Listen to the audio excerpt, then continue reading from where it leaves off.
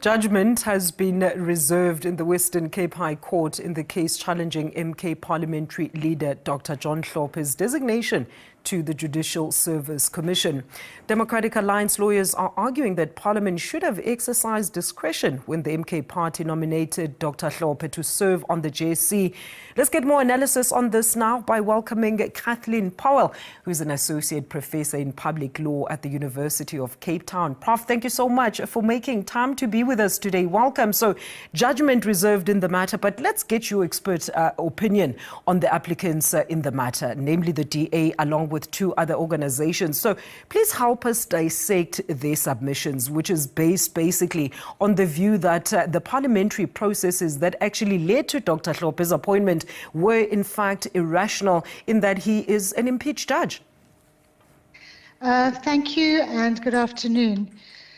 Yes, there are three applicants and they're bringing slightly different applications.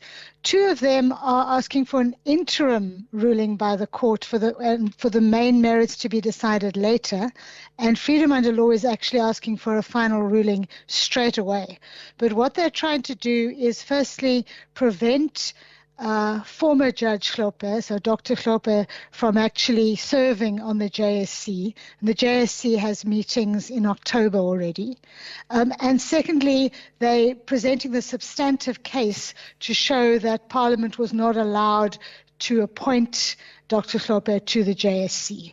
And yes, the bottom line is he's a disgraced judge, but that's not enough of a reason for the court to hold that Parliament could not have done that. So they've brought some very clear, well-substantiated arguments about how the NA, the National Assembly, should not have delegated the decision of which people to appoint to the political parties, and it did in this case. It allowed MK simply to nominate somebody. One of the arguments is that the NA should have made its own decision on whom to appoint. That was one problem. The second one is that when you're appointing somebody to the JSC, you're appointing somebody who is meant to ensure the integrity, independence and good reputation of the judiciary. And they are saying it's irrational to be in pursuit of that goal and then appoint somebody who has been found to disgrace the judiciary on exactly those points. Mm-hmm. So yes, Prof.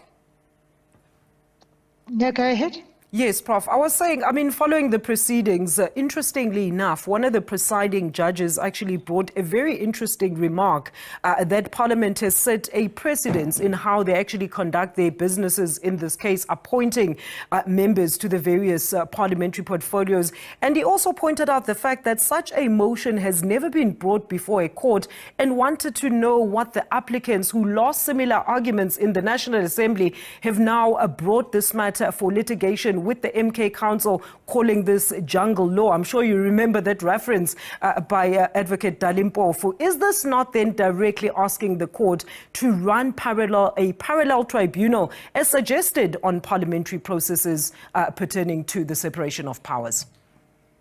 Actually, no. It was the first thing that worried me when I heard about this case. But having had a closer look at the applicants' heads of argument, I realized that that's not a problem in this case.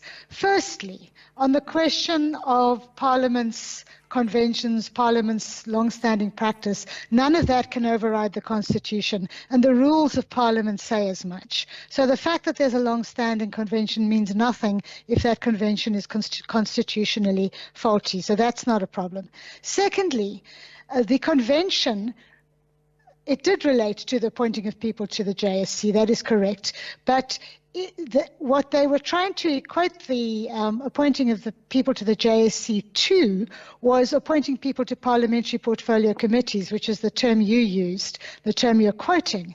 Now, the JSC is not a parliamentary portfolio committee because it's not just the NA that appoints people to the JSC. It's all sorts of people, including members of the profession, advocates, attorneys, and so on. So the NA is just one of many bodies that helps to set up this body, the JSC, which is an organ of state, but it's not a parliamentary portfolio committee. So the process for appointing people to the JSC as opposed to appointing them to the parliamentary committees is different and is subject to administrative law according to the applicants in this case, and I think they make a good argument. And then, I mean, Prof, this then has also brought some comparisons and raised some questions to DAMP, Ms. Glenys Breitenbach. But of course, this is not particularly the same situation. So how would you then define the differences between the two?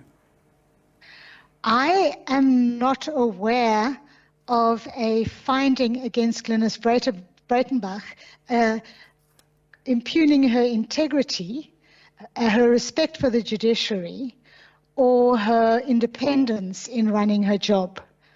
So I think that's all the difference you need to find. Remember, the Constitutional Court itself has said that the purpose of the JSC is to appoint judges of suitable quality. That's how the Constitutional Court put it. And that means that the NA, which has the job of deciding whom to appoint, even if those people are nominated by political parties, the NA as a whole has to decide whether to appoint people, and it has to work out then whether these people are suitably qualified. And the applicants, I think, simplest and strongest argument is the NA simply didn't do that. They said, okay, the MK wants this guy, so we'll put him in. And that person that they wanted, Dr. Hlope, unfortunately was not suitably qualified because he had been found, and in fact is on a continuing basis, breaking down the good standing and the integrity and independence of the bench. And he made it clear in his own affidavit that he's going to carry on doing what he was doing before, which is such things as speaking to judges about how they should be deciding cases. Now, there's case law that's already said, no, that is highly improper for a judge. You should not be doing it. And he said he's going to carry on doing it. So he's not suitably qualified, sorry. And in closing then, Prof, I mean, moving forward, maybe just give us a little bit of insight in terms of what type of lessons can we then as general society draw from this, and also, I mean, is this not setting precedents for other appointments by the NA to the various portfolios that could then be brought, of course, before the courts to make a final ruling upon?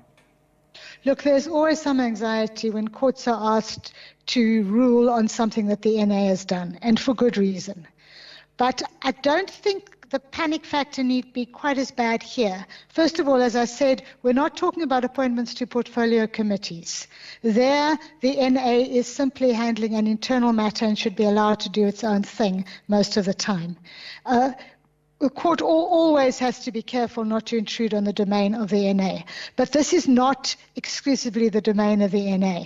This is the JSC, to which a number of bodies are meant to nominate members, and for which administrative law and the terms of the Constitution requires a certain level of applying of one's mind, shall we say, to the decision of whom to appoint. So I don't think we need to get worried that whatever decision is made here, assuming the NA decision is overturned, I don't think we need to worry that that's automatically going to mean every decision of Parliament is now going to be taken to the courts. There are a couple of major differences between this case and certainly appointment to parliamentary committees.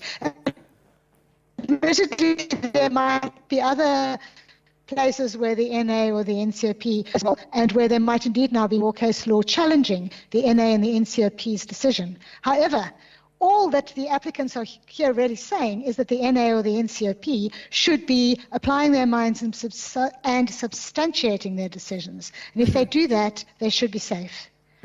All right, then I want to backtrack a little bit, Professor, because I still feel that we need more clarity on this, right? So maybe take us through what the exact constitutional directive enshrined in our constitutional law actually mentions, because of course, the respondents were arguing that it doesn't mention impeached judges. And the presiding judges also alluded to the fact that, of course, this is a first time that an impeached judge has to be considered in this regard, because the section only makes reference to the former president not being able to then assume public office.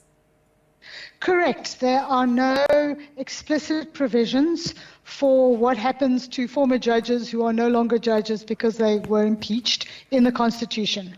That doesn't stop all of the general principles from applying, and it doesn't stop the other principles in the Constitution dealing with the judiciary and the JSC from applying. All right. Now, do you want me to go through those, or have we run out of time? Unfortunately, Prof, we've run out of time, but thank you so much for your input this afternoon. Professor Kathleen Powell, the University of Cape Town, on the DA challenging the designation of Dr. Hlope.